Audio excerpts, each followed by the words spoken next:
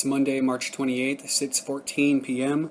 I'm going to read Chapter 17 of Part 3 of Book 4, of the License to Depart. After a ceremony has reached its climax, anticlimax must inevitably follow. But if the ceremony has been successful, this anticlimax is merely formal. The magician should rest permanently on the higher plane to which he has aspired. The rock climber who relaxes on the face of the precipice falls to earth, but once he has reached a safe ledge, he may sit down. The whole force of the operation should be absorbed, but there is almost certain to be a residuum, since no operation is perfect, and even if it were so, there should be a number of things sympathetic to the operation attracted to the circle. These must be duly dispersed, or they will degenerate and become evil.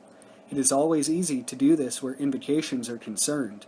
The mere removal of the strain imposed by the will of the magician will restore things to their normal aspects, in accordance with the great law of inertia. In a badly managed evocation, however, this does not always obtain. The spirit may refuse to be controlled, and may refuse to depart, even after having sworn obedience. In such a case extreme danger may arise. In the ordinary way, the magician dismisses the spirit with the words, "And now I say unto thee, depart in peace unto thine habitations and abodes. And may the blessing of the highest be upon thee in the name of," here mention the divine name suitable to the operation, or a name appropriate to redeem that spirit. "And let there be peace between thee and me, and be thou very ready to come, whensoever thou art invoked and called." It is usual to add either by a word, or by a will, or by this mighty conjuration of magic art. Should he fail to disappear immediately, it is a sign that there is something very wrong. The magician should immediately reconsecrate the circle with the utmost care. He should then repeat the dismissal, and if this does not suffice, he should then perform the banishing ritual suitable to the nature of the spirit, and if necessary, add conjurations to the same effect. In these circumstances, or if anything else suspicious should occur, he should not be content with the apparent disappearance of the spirit, who might easily make himself invisible and lie in ambush to do the magician a mischief when he stepped out of the circle, or even months afterwards. Any symbol which has once definitely entered your environment with your own consent is extremely dangerous, unless under absolute control. A man's friends are more capable of working him harm than are strangers, and his greatest danger lies in his own habits. Of course, it is the very condition of progress to build up ideas into the subconscious. The necessity of selection should therefore be obvious. True, there comes a time when all elements soever must be thus assimilated. Samadhi is by definition that very process.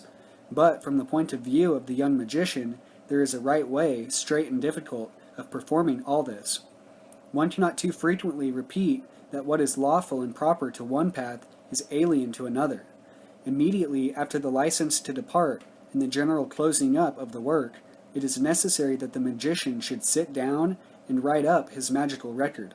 However much he may have been tired by the ceremony, he ought to force himself to do this until it becomes a habit. Verily, it is better to fail in the magical ceremony than to fail in writing down an accurate record of it.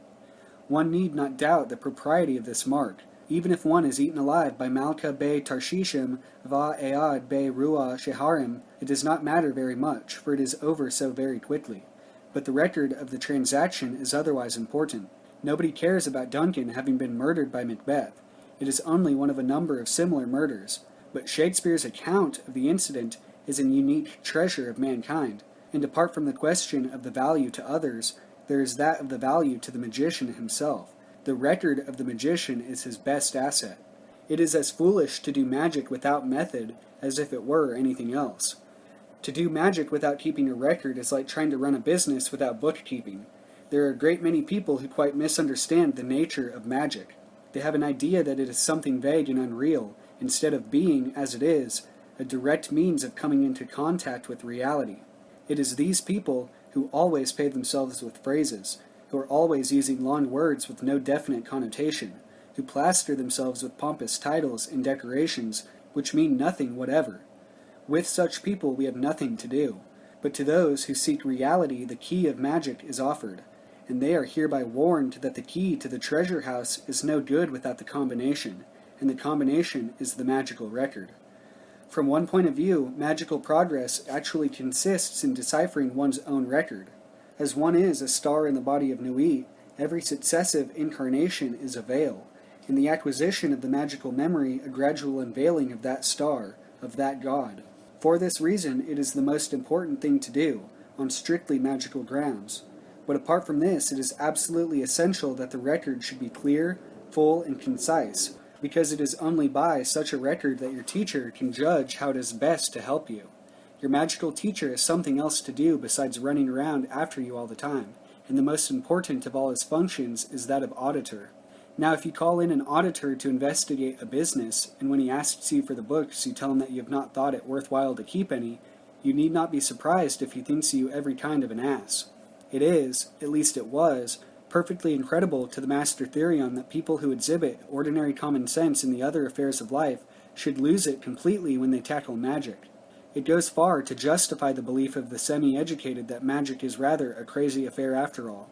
However, there are none in these half-baked lunatics connected with the AA, because the necessity for hard work, for passing examinations at stated intervals, and for keeping an intelligible account of what they are doing, frightens away the unintelligent, idle, and hysterical.